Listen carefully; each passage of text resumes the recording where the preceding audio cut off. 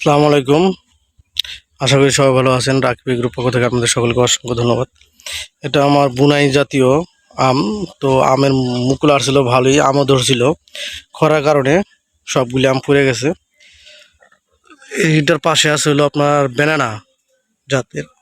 তো এটাও অনেক আম ধরছিল। খরার কারণে, যেহেতু বৃষ্টি অনেক খরার কারণে আমগুলি পড়ে গেছে। এটারও একই অবস্থা হয়েছে। পেঁপে গাছ না তো আগে অনেক ভিডিও করছি, এখন আর পেঁপে গাছের ভিডিও করা হয় না। তো এটা নতুন পেঁপে গাছ আমার, এখনো গাছে পেঁপে বড় হয় নাই। যে এরকম অনেক গাছ আছে আমার পেঁপে গাছ। তো এই একটা আম টিকছে বেনানা।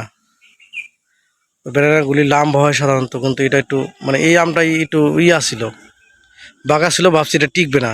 আর ভালো যেগুলি ছিল ওগুলি সব পুড়ে গেছে, এ একটা আমি রয়েছে। তো দেখা যাক কিরকম স্বাদ বা মিষ্টি। যেহেতু এই প্রথম আমার কাছে এটা ধরছে, আমি এখন খাই নাই।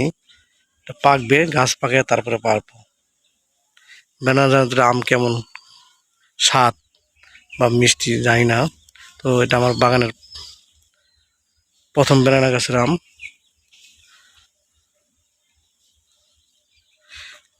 যখন এটা পারবো তখন অবশ্যই আপনাদেরকে একটা ভিডিও দিব। আশা করি ভালো হবে, যেহেতু এই ভ্যারাইটিটা বাংলাদেশে নতুন। এই যে দেখেন কেমনই হয়ে গেছে, একটা আমি টিকছে। এতগুলি আমের থেকে একটা আম টিকছে। আর বাচ্চা আছে ওগুলিতে নষ্ট করে।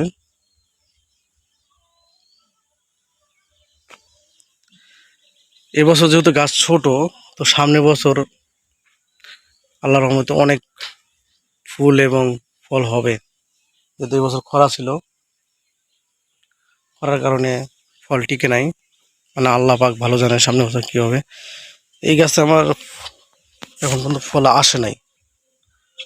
এটা আসলে তারপরে বোঝা যাবে কেমন হয়।